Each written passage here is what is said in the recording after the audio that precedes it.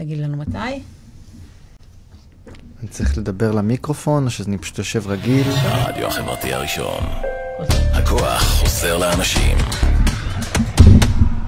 Good morning, everybody, here from Tel Aviv. First of all, this is, of course, the last podcast of the year. And this is the last podcast that we are having here in this wonderful studio of Oz. We are moving back to Zoom. But we, before anything else, want to thank Oz for, hosting us and being so generous with us, with his time and energy and so forth. Okay, so for today, I have a special surprise. It's a very dear friend of mine, Shachaf. And Shachaf, when I asked him how does he want me to present him, what he was talking about, well, first of all, about his greatest achievement, which are personal achievement, which I loved very much, is first of all, his long-lasting and beautiful marriage to Naama. And, of course, being the father of Amit and Karni. So he considered them as the biggest success of his life so forth. But I believe he's simply very humble. And then I think he has some very important achievement that we can all benefit from. We are all benefiting from. And, well, first of all, I think he's one of the thought leaders of internal and external innovation, in my opinion. So what's happening, he started as an advisor, and then he moved to one of the largest companies, I think, in Israel, but beyond that, which is Amdocs. And he was there leading innovation processes. And then what happened is that somehow, someday, I got the message that he left Amdocs and he's moving into the health space.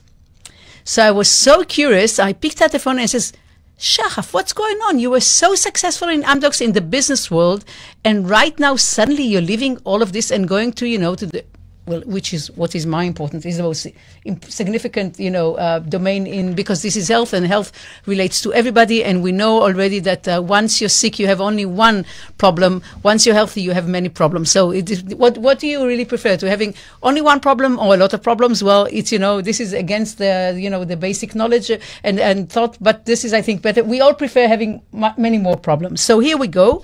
And right now, he's heading the internal innovation of the largest health organization in Israel called the Clalit. And Shachaf, please tell us, how come you did such a marvelous step and moved into this domain? So it's a good question. Actually, I'm asking this myself now that you're asking me this. There's this thing about innovation, there's this consensus about it, and everyone wants to take part in it, and it's very hard to create an impact. And I've seen it in other organizations, and I also seen it in Amdocs. There is this gap between, the commitment that you have a commitment to drive innovation, and the challenges of leading it, in the field, like reaching the actual customer. And what I loved about Clalit is that there is... before that, how come you made the decision to go into the health domain? That's what I'm saying. So when someone picked up the phone, he called me and said, "Do you want to work at innovation at Clalit?" And the first reaction was, Clalit, innovation, healthcare. Why would I do that? And when I met Professor Ran Balitzer, and who's leading he's the chief innovation officer at Clalit, and I was amazed by the level of commitment and engagement that he has, and the organization has, and we have a lot of partners inside Clalit. There is no room for theater. There's no room for action that is not impactful. Can you explain? I'm not sure that everybody here are familiar with the term innovation theater. Can you elaborate a little bit for our listeners who are not aware of it yet? Sure. Innovation theater is something that's very common when it comes to innovation practice in an organization, and that is creating this facade of innovation without creating impactful, real innovation that touches the user. facade, meaning there's hackathons and meetups and innovation labs and a lot of work about breakthrough technologies and a lot of cool demos and cool POCs and a lot of acronyms, right? Like we're doing an MVP and we're doing a POC and blah, yada, yada, yada. And none of this actually translates into real products and services that impact the lives of users.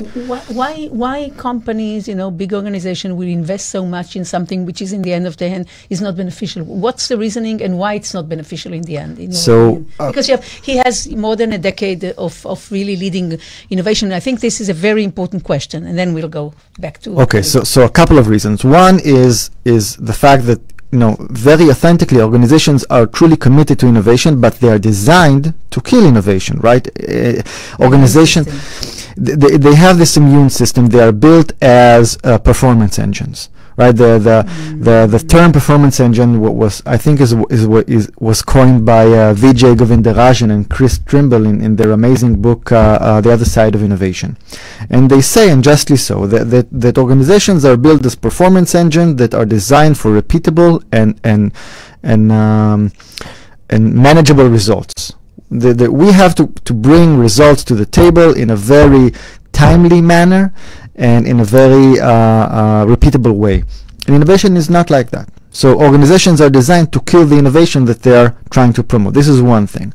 The second thing is I think that there are organizations that deep down inside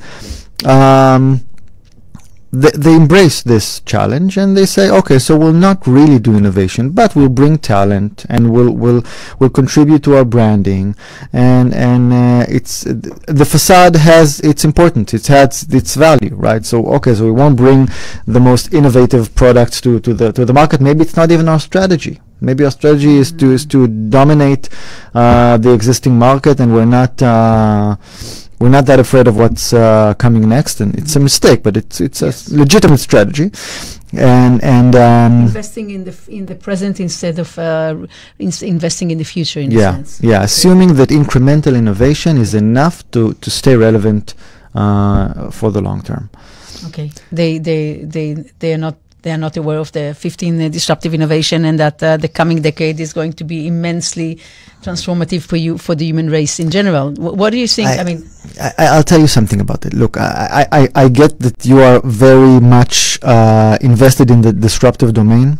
I'm invested in the future. In the future, but I'll tell you this. I don't think they're unaware. I think they're human. I think that we are, as human beings, we are not designed for disruption.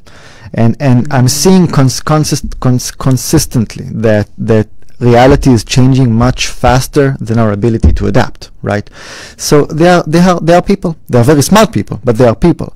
And it's very hard to see the reality changing in front of you if it's changing that dramatically. And I'll give you an example. Yeah, of course. The other day I was driving with my kid, 7-year-old, one of the smartest people I know, Amit. Truly, and I'm being very objective. She's truly amazing, and you must be objective if you're her father. You have no other option. Absolutely, I've talked to a lot of people, and they all agree with me. She's amazing. You did a quantitative study. Yes. And we're listening to the radio, and we're listening to this amazing song, and she says, "Dad, can you please just switch the language from English to Hebrew so I can understand the words?" And I'm talking, I'm saying to Tuti, this doesn't work like that, it's radio, you can't change the language, and she doesn't understand why, and I try to explain it to her, like, because she's a little kid and she doesn't understand how radio works, and then during this drive I realized that I'm the one that doesn't realize that reality is changing. She gets it, because she doesn't need to translate what she knows about the concepts of reality that she has, because this is reality that she knows. I know that Spotify that I use all the time, doesn't work like radio. I don't even listen to radio. I know that when I'm listening to when I'm seeing Netflix, it's easy for me to change language. I do it all the time, and subtitles and so on. And she knows when she's listening to YouTube, she can hear Let It Go in English, and a minute later she can search the same song in Hebrew. But because I have these concepts about what does it mean to listen to radio, I suddenly it seems inconceivable that I will change the language, but no, the reality that I'm already living in already enables me to do that. You have internal barriers and obstacles of accepting the reality as it is. Exactly. And I am an innovation practitioner. And I'm really open, and no. So the same goes for managers. They're looking at the reality, and it's hard to comprehend how fast it changes, and how innovation is important to them. It's an embedded challenge. Yeah. Wow. Okay. So then you went and you met Professor Balitzer, and then you went home and you said to your dearest wife, Nama, I'm considering. Yes. What was the reaction? She's always supportive. Oh, wonderful. And yes, and her strategy is, if it makes you happy, go for it. Wow. And there were a lot of indicators, a lot of reasons to consider, because every time you choose this career path, there's always a lot of variables that you have to manage. But at the end of the day, what bought me is the real chance to create an impact. Real chance to create an impact. Okay. So this is the first morning in your first job. You're entering the business, the building. What are your thoughts? Share with us, what were you thinking on the first day? What did you feel? What did you hope for, and after a month? I mean, take us, with your inner personal journey. Share with us. So I think that how long are you right now there? 2 years. 2 years. Okay, so there is already perspective. Yeah, brilliant. So honestly, yeah. The first thought that came to mind was, whoa, I am really over my head here. This is huge. Wow. This is huge. I was surrounded by physicians, professors, doctors, data scientists, statisticians, people that I absolutely had no idea what they're talking about. Meaning you had so much to learn from them. So much to learn. And there were moments where I said, I'm bringing such a different perspective. I'm not even sure that it will bring value, or people will be able to listen to it. I was new to the healthcare industry. There was no background of life science or any kind of. Besides being a human and you have a body. Yes, but. No, but I'm not an expert in it. No, but you're not an alien coming from other place, made no. of other, materials, and how does it feel to be human? I have no idea how that body works and how to fix it. So this is one thing. The second thing is the ecosystem and the regulation and the complex organization. It's like it was like complexity at its best. There was Clalit is just for people who don't know. Please. It's the biggest health provider in Israel. It's basically a monopoly because it caters more than 52% of the people in Israel. And it's the second largest integrator in the world. So we have 14 hospitals, we have 1,500 clinics, and it's huge organization, extremely complex, extremely fragmented, because there's a lot of institutions in it that have the different identities, and they're all working into a common goal, but it's very, very big and complex. And there's a lot of regulation involved, a lot of government offices that we're working with, a lot of bodies inside the ecosystem that I wasn't aware of coming from the telco industry. It was totally different ecosystem.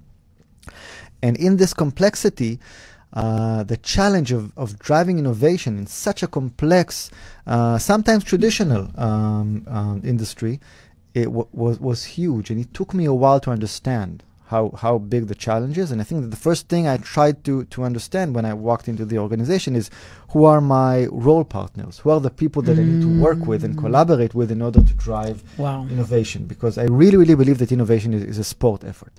It's a group effort. It's a team effort. Yes. So the first question that I ask is, who I have to collaborate with inside the organization and outside, to create a meaningful impact. And may I suggest, correct me if I'm wrong, that the fact that you were a consultant for so many years in this sense, prepared you for such a role, because when you're a consultant, you have to mitigate between, different stakeholders within the client that you're. So I think in this sense, and also you don't know, but Shachaf is one of the nicest person I met. So I think for this role, I think it's crucial because, if you're being driven by your ego, no way that you will get, no way. No way. Only if you're humble and you're respectful of your colleagues and your partners, you can create any kind of coalition that to push anything further. If correct me if I'm wrong. I agree. I think that it's easy for me because there's a lot of people that I work with in Clalit, and they know, or at least I hope they know, that I'm not in it for the credit. I really, really want to. I'm in it for the thrill of making things happen.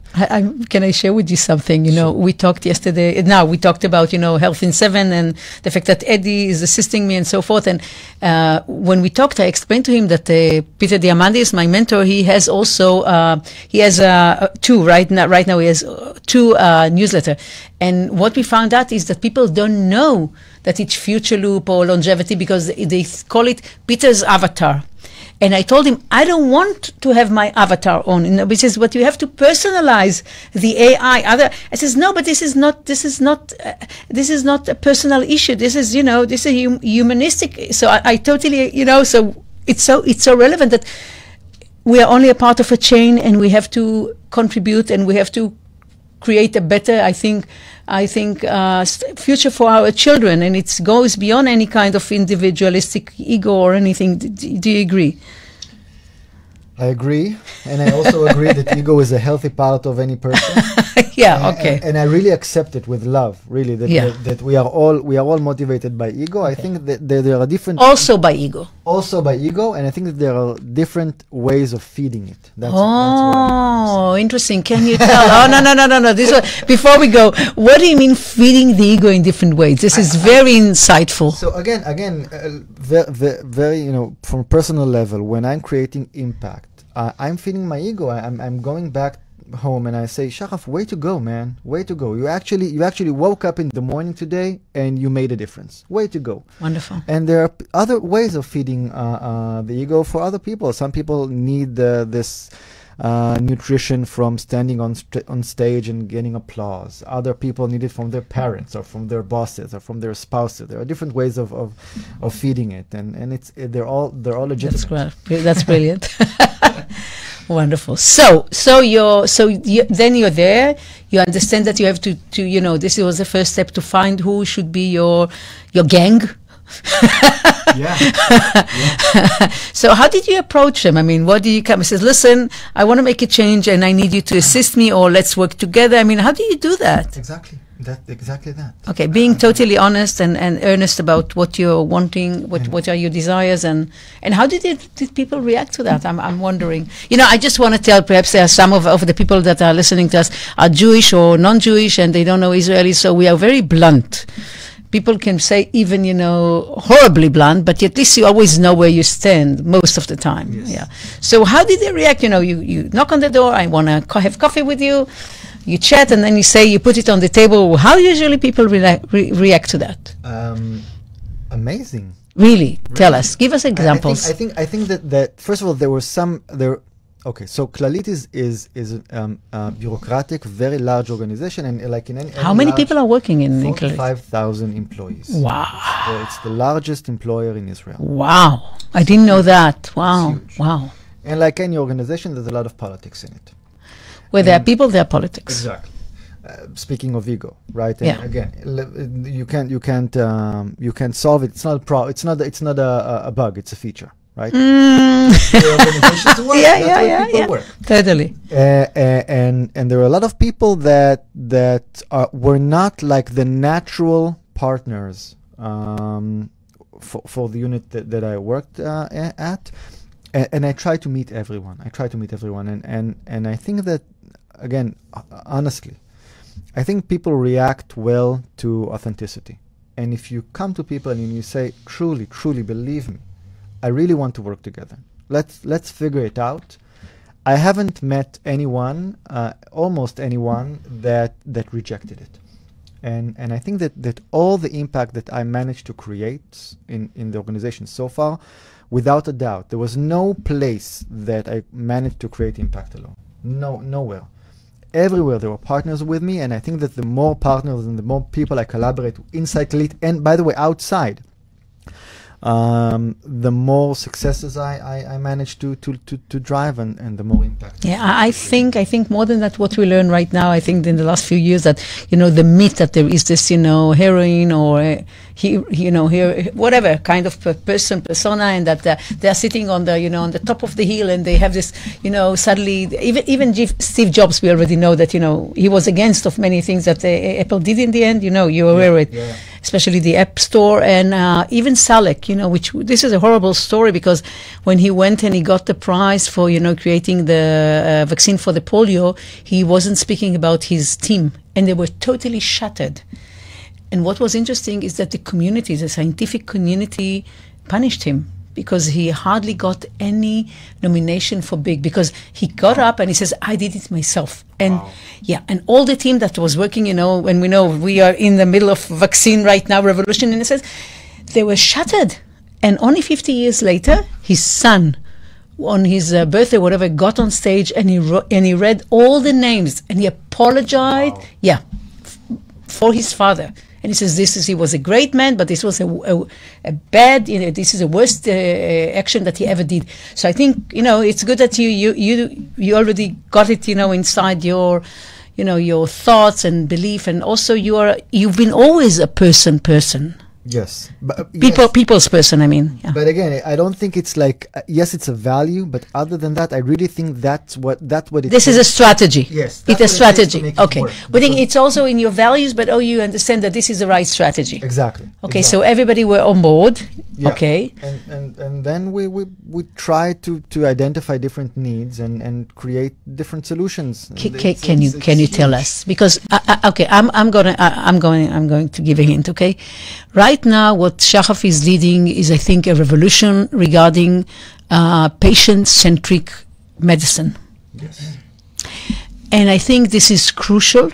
And I think in the future, thanks to all kinds of new technologies, it's going to be easier, because I think it's important not only for the patients, but also for the whole medical community and doctors. When people are, at the age of 18 or whatever, 20, make a decision to become a doctor, it's because they want to serve the patients. So it's important for everybody. So can you tell us, because probably when you started, there were 2 or 3 more options, and how come you made a decision that the efforts that you're doing, your team and the rest of the organization should, focus on this area? How come you got to this very important notion? So first of all, I think that my understanding that the patient is in the center came before I joined Clalit, and I called it the user. And I work at Amdocs. Yeah. Because I think that organizations are not very good at really understanding what their customers need, what their users need. And the same perspective, the same point of view that I really fine-tuned at Amdocs, I brought to Clalit. So there's a lot of practices when it comes to corporate innovation that I did differently when I came to Clalit, and it took me a while to understand what's the best way to manage Clalit innovation, but internally. But I think that the understanding that we really need to understand the people that we are serving is something that I came ready-made. And then when I started understanding and exploring the healthcare industry, I realized how big is the gap.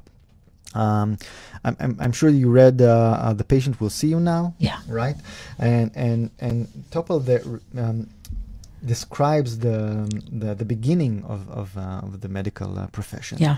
And like centuries ago, and he describes physicians as people that were at first perceived as the messengers of God, right? There was something divine about them, because they were able to have this control over your life and over your health that was almost divine.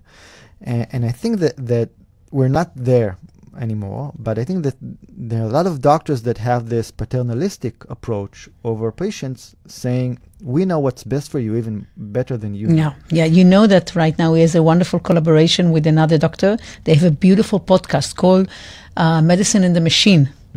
It's a great one, and the last episode was last week, and they were talking about what I think the health organization in the States had to learn and failed during the corona. It's very, very interesting now. I just read it. So I just letting you know he has a wonderful podcast. I think we both appreciate and honor this Topo. I mean, he's an amazing figure in the field. Yes, so, yeah. So I think that the conflict is something that I'm not experiencing because I'm fortunate enough not to be in this position that doctors are, where they need to make decisions that impact people's lives.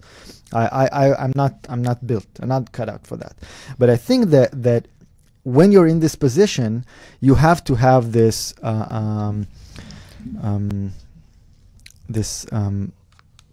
this ability to be very, very sure of what you're saying. You have to be very confident about what you're saying because your decisions are very impactful. And this goes, again, from the beginning of history. So what do you do when you're talking to doctors and physicians and caregivers that are trained to be very confident about what the patient really needs and trying to convince them that maybe he has, different needs that are not just from a clinical point of view, that we need to take under considerations. How do you convince them to ask different questions to uncover different needs in order to create innovation? So, and this is maybe the gap. Remember we talked about organizations are designed to kill innovation. Physicians, when they're treating patients, normally they have to be very efficient, and they have to ask more or less the same questions in order to create answers in a very well-defined context. They've studied this context, they're the experts in the context. You're not expecting the doctor to go into a surgery room and explore. He has to know exactly what he's doing.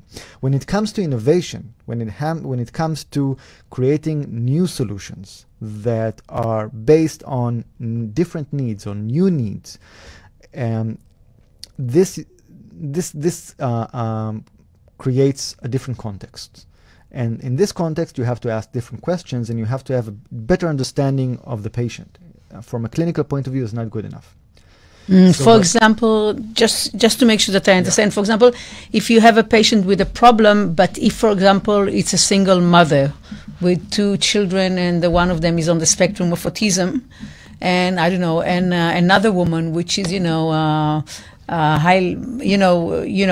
she's living a more comfortable life, let's say it this way, and she's fortunate enough to have a much better support and might be from a better socioeconomic. I'm not trying to stereotype, but I'm saying the doctor has to take it into consideration when there is a problem and there is a procedure or a process that she's going through, both of these women. Would you think this is something, the whole socioeconomic status and lifestyle and... I think this is one perspective. Okay. And I think the doctors should look at it. But I'll give you another example. Yeah, please do. Yeah. So I was working with a team in a hospital, and we were trying to design an app for children.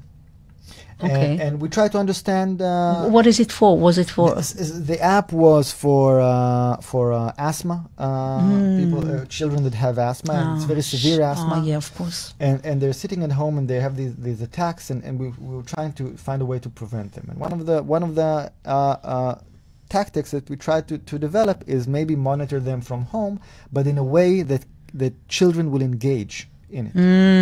Okay. And we talked to physicians, and we tried to define the solution. And they said, for us, from a clinical point of view, the way I treat a 6-year-old and the way I treat a 16-year-old, it's the same. Their biology is the same. We need to treat them the same. The clinical protocol is the same, and that is fine. But I said, there's no way you can design an app for a 6-year-old and an app for a 16-year-old, and it will look the same. And in order to really understand these gaps, you have to ask different questions. Now, developing an app is not part of the core capabilities of these physicians. They are clinical practitioners. This is what they're supposed to do. They have to treat the patient, and that's fine. When it comes to innovation, you have to ask different questions in order to develop different solutions. And then we realized, we try to focus on patients that, let's say, I think it was 6 to 12. And also, if I may say, probably when you're talking about the children, the young children, younger ones, you have to take into consideration the parents, which... Exactly. And in this way, the solution totally changes. And if you're trying to develop an app that looks only on the clinical point of view, most chances no one will use it, because there's a profession of developing apps. There's best practices in it. So this is what I'm talking about. You have to uncover the human needs behind the biological needs in order to develop sustainable innovation. Unbelievable. So tell us what happened with this app. You're leaving us, on the hook, please. So we're defining it as we speak. Okay, and who is the partner? Because if it's not only the physician, who else are the partners? So we built an interdisciplinary team. I thought you should have a gaming. Gaming was a really meaningful part in this solution. Yeah. But again, gaming for 6-year-olds, definitely totally different. So is it available? I mean, no, not yet. We're still working on it. We're hoping on starting to developing it this year. So anyway, I'm just telling parents who unfortunately have small children or older that are, unfortunately suffering from severe asthma. Hopefully there is going to be a solution when, in the end of next year, you believe, or you don't know? Okay, I can't say. Okay, but it's in the process. It's not an idea, and it's not in the lab. It's already being, We're defined. We went on to talk with kids in order to realize what will work for them, and then we defined this concept, and now we are defining it internally to figure out how brilliant, work. Wonderful, that's great, very good news. So this is it. This is an example of what we call a patient or user-centric app. Especially in this is a really user. It's not even a patient, because it can be also the parents and and what is the aim? The aim is to totally prevent it, or to give people heads up. It's going to happen. I mean, is it a part of the concept of preventative medicine in a sense? Yes. Okay. I think that the first aim is first to identify it, and sometimes if you catch it soon enough, early enough, you can prevent it, or you can shorten the attack. How far or before? I mean, in time terms, before the attack is really happening, you can. A couple of days. So meaning I can, if I have a son or a daughter, I can get up on Sunday and I'm going to have I'm just, I'm imagining, a message from Clalit. Listen, we are tracking your son, and it seems that he might have a problem in 4 days. If you want to prevent it, please do 1, 2, 3, and please contact us. We might assist you or whatever. Exactly. That's the vision. That's the vision that we're working for. Okay. Well, I'm not afraid at all regarding privacy issue, but I'm the opposite side. But I'm thinking that it might have issues with some of the parents, because it's meaning tracking the child on a regular basis 24/7. Was this also in a way a part of your design? I'm just thinking. Or are you saying that because it's health and children will? I mean, what do you think about that? I think. This specific solution is not 24/7 monitoring. It's something that you can manage very proactively. It's not like something that's on your hand. Okay. And it will not work for everyone. So, like in any innovative solution, first you target the early adapters or the people that need it the most, and very gradually you educate the market, and educate parents, much like vaccines. Right, when it comes to corona, it takes a while to convince people that it's better for them.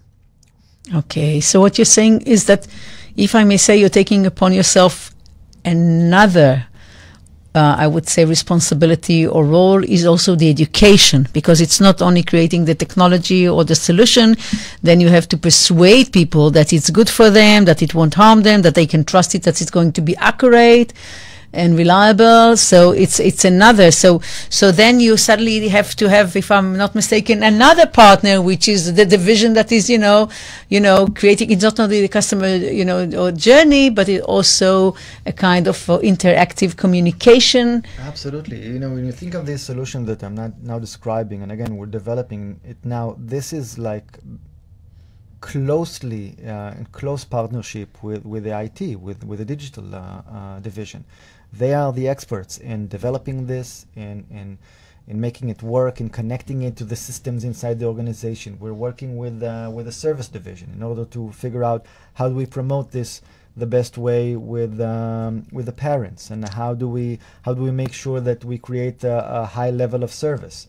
We're working with people that are professionals in changing the internal processes inside the organization, not to mention the clinicians. So it's really an organizational effort. There's no way it can happen any other way. Do you also use sociology thinking and perhaps psychology experts in order to assist you to overcome the barriers of adoption of such a solution? I'm wondering. Yes. So we have, it's an interesting question. So first of all, we have this unit inside Clalit Innovation that specializes in behavioral insights. Oh, wonderful! Led by an amazing partner. Who is it? It's Dr. Adi Berliner. It's she. Okay, we never know. She's leading this wow. unit, and she helps us connect between the data that Clalit has into behavioral insights in order to create better engagement for patients. Wow, so important. So this is one partnership that we're doing. And the second is our whole design-led approach. Yeah. So it's based on qualitative research. Okay. It's based on our ability to have in-depth interviews. And these are inside? Yes. Okay, so it's you're not using outside partnership? We use both. Both, It's okay. Basically, it's a capacity challenge, but we use both. Sometimes we do it ourselves, sometimes we work with external partners. We have deep conversations with our patients, with our physicians as well, in order to figure out what are the latent, unseen needs that we need to answer, that we want to answer, and then develop solutions for That's brilliant. Also, I think, deep listening is, I think, unfortunately, I think it's nearly a lost art that is right now being... it's unnatural. It's unnatural. Truly, again, this is my personal point of view. I think that we as people we are designed to think about ourselves, to be entrenched in our perspective, in our experience. It takes such a huge effort to really try to figure out what's happening with the person sitting in front of us. I want to tell you three things. I think, first of all, I think the biggest generosity towards other is deep listening. And there is a very good book that came last year in the height of the corona epidemic, which by Adam Grant, which is a great psychologist, and it's called Think Again. Yes. And I think it's great because it's an amazing book. Yeah. It's an amazing book. Yeah. And I want to tell you that my hope for me when I'm really, really old, now I'm 142, so only when I'm joking. Well, when I'm 250, I want to have a special role. I created myself. There's going to be a gate in the entrance of Tel Aviv, for example. Yes. And everybody who comes in, I will give them water and bread, a symbolic gesture. And then they will have to tell me a story of their life, an interesting story. So, I prefer listening. Absolutely. I think, and by the way, it's interesting that you're mentioning it, because there's a lot of lessons that I took from Think Again to my practice at Innovation, because it's always about people. I think we both agree that Adam Grant wrote a beautiful book called Think Again. Highly recommended to anyone who wants to learn how to think differently. Yes. So this was a jump into what you're really doing, but I know that you're doing some other very interesting stuff. So what do you want to talk about now? What about of the initiative that we talked in the beginning? Would you like to talk about what you did with the corona patients that were hospitalized home? It's a good example because there's this concept of there's this natural connection between technology and innovation, and it's it's true.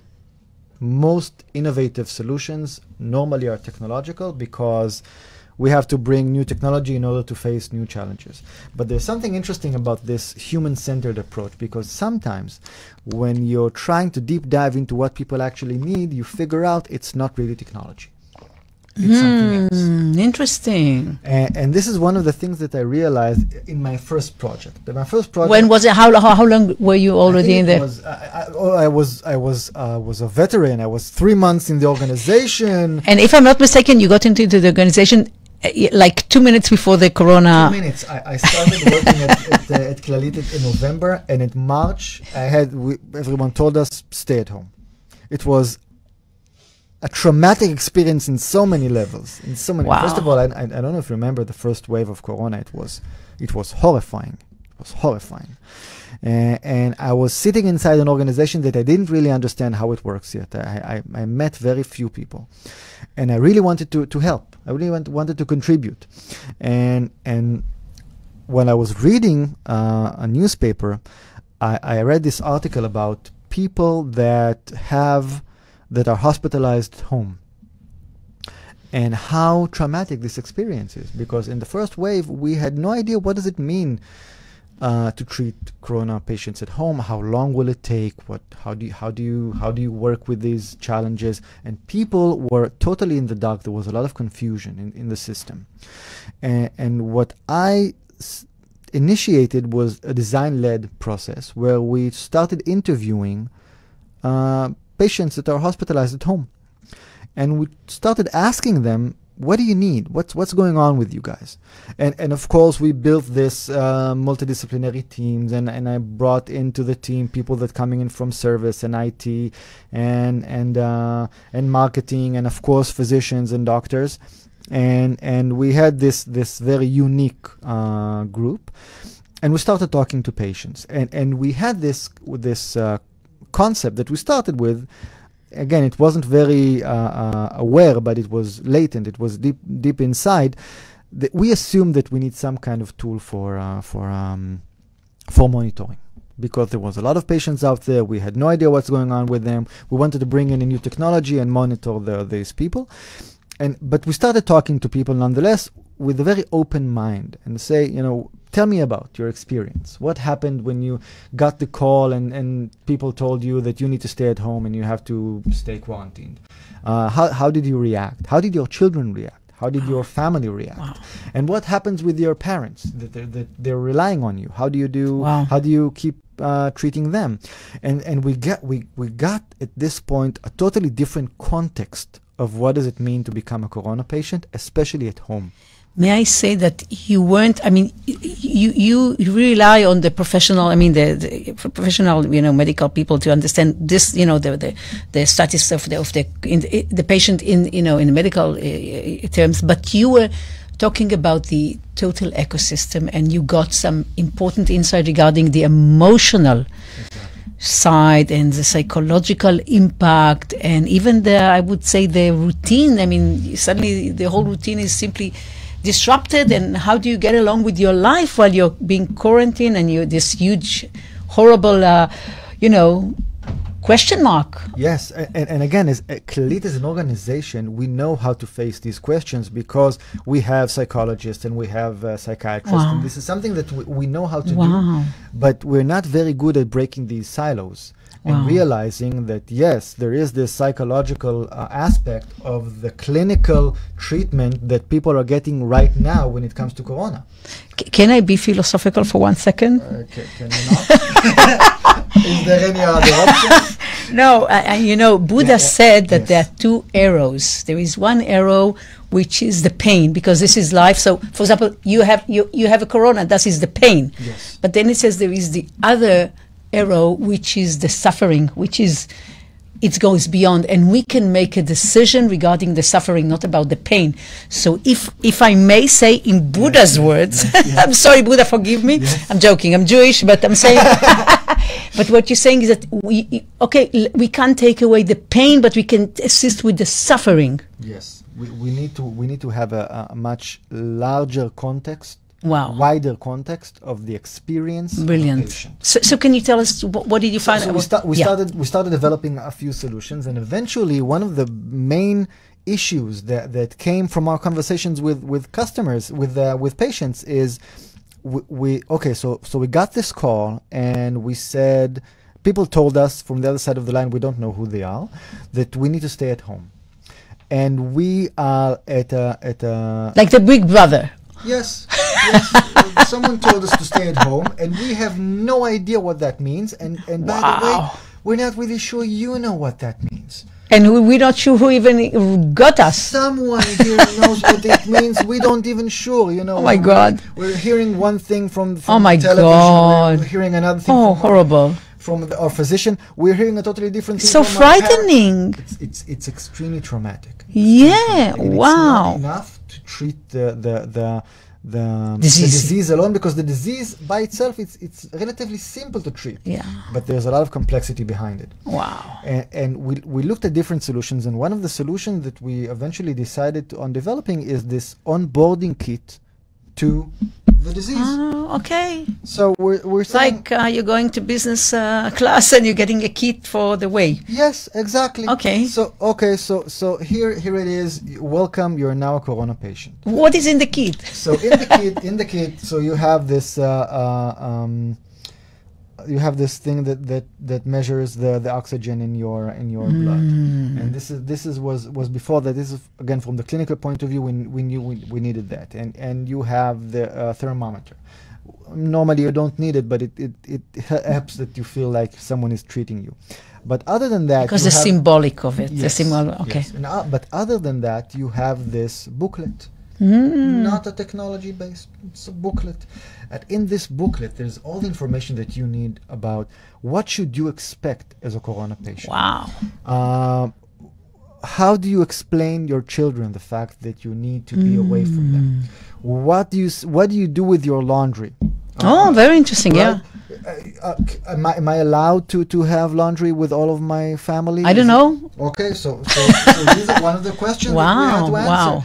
Are people near me should wear masks? What does it mean to stay quarantined at home and all that? Who should I ask? Can I use the same bathroom? Can I ask the same bathroom? Who should I ask for help? Wow. From a clinical point of view, from a psychological point of view, there's a lot of dimensions in this disease, and why did we have to have like a physical booklet? Because we understood that there's a lot of people inside the population that are not digital, and they have challenges finding this information online. Yeah. And also, I think you're so scared, so you don't even think straight. You know, you as you said, you're traumatized, and you don't. And this phase, no one really know how serious it's gonna be, exactly. And you didn't know what to expect, and you might be afraid of creating damage to your family, but by even staying with them in the same household. Exactly. So from like an organizational point of view, we heard voices saying, but we have all the information online. And, come on, and they were right. But after you talk to the patients, you understand that they are so traumatized and so afraid. They're not even trusting themselves to find this information, even if it is extremely reachable. And it wasn't. Yeah. Oh, wow. And also, it's not written from the eyes of the patient. Exactly. It's a totally different, the doctor is telling you what to do, but in the voice of someone who is similar to you in your situation, it's totally, you read it differently. Exactly. This is why people are all looking for communities that, explain to me in your, in basic, in your plain word. Yeah. And something that relates trust. We talk to patients and we ask them, why don't you go online? And they say, when we go online, there's, first of all, 7 opinions to every issue. Wow. And most of them are scary. And you don't know who to listen to. You're the experts. You tell me. No, I mean, in any case, I'm scared enough. I don't want to be, totally scared. So how was the reaction for that? And to how many people did you give it? And we up until now, we've released tens of thousands of physical kits. Wow. And there was this point when we digitalized the kit, because we understood that there's no way we can reach everyone. And now we have a digital twin of the kit, and there we have hundreds of people walking in every month, getting information and asking questions. And this is just part of the journey, because we also developed ways of for example, releasing people from home hospitalization. And again, it was a very simple way of doing it. It was a chatbot. It has this logic behind it. It was extremely simple, but we enabled people to release themselves from hospitalization at home just by asking the right questions from digital point of view. Okay, and are there any also regarding this, I think there is a post-traumatic reaction to being quarantined and, being a corona, patient. Are you still taking care of these people? I mean, do you still, hold their hands, not only the first day that they left the quarantine, they finish it, but also for a longer term? Because I think there are some, effects that you see only for much, because suddenly when you have it, you're doing whatever you can to deal with the situation. Then there is the aftermath, that it's a collapse in a sense, and then still there are might be long-term effects. So do you take care of these as well? I know there's a lot of efforts of doing that. I can't say at this point a lot about them. No, the problem. I just don't know a lot about them, but I know the people that are leading it, and I know that this is something that's very in the focus of the organization. No, I think this is what we are calling about patient-centric. So it's not only during the traumatic event, but for a much longer period. And this really, I think, understanding that there is the person life journey, within that there is his patient life journey,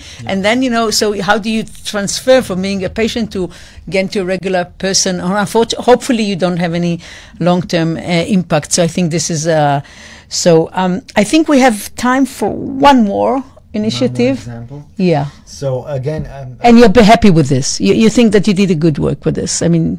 Yes, Great. I think we did. I think that people are reacting it to extremely positively. Okay. And the fact that you're using it brilliant convinces me that it brilliant. Value. We have like 3 minutes, so 2 minutes. 3 minutes. Yeah, I told you. He was afraid that it's going to be painful. I'm joking. No, I was afraid that I won't have anything to say. And we met. You should know. We met. We have the coffee, and Shachaf says, "Yahli, you sure? I have nothing to talk about. I have nothing. I don't. He was so humble. Says, what do you say? I allowed myself to make fun of him because no. Come on. A real Polish answer to a real Polish woman. I'm just joking. So, using the last 2 minutes, do you want to say anything which is? And then I also convinced him already to have a second one. So we will, because we have some more initiatives. So we will set time as soon as possible, and we will continue. But do you want to use the last 2 minutes to say something important about, I don't know, the value, the aspiration, whatever that you think people should know about Clalit and the work that the whole organization is doing, as you are a part of the leading team of it? So I think that what we're really committed on doing is democratization of innovation when it comes to this huge organization. I think that when it comes to healthcare, the challenge is so complex and so big that we need all hands on deck. And by all hands on deck, we're talking about external partners. We're talking about entrepreneurs working inside the organization,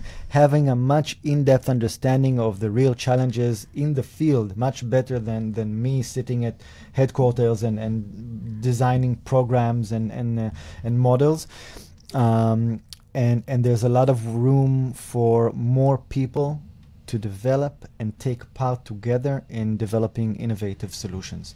So we're doing this by bringing more players inside the organization and outside the organization into this playing field called innovation. We're trying to create much more models of co-creation, either with partners externally or with people internally.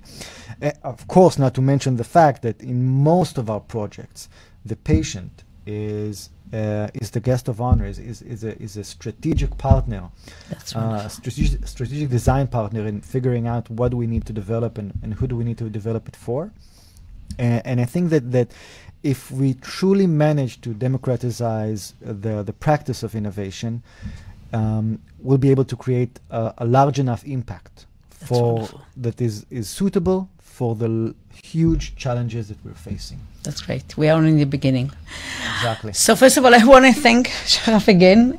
Well, now you have no choice because we didn't speak about everything. So we will have. I'm joking.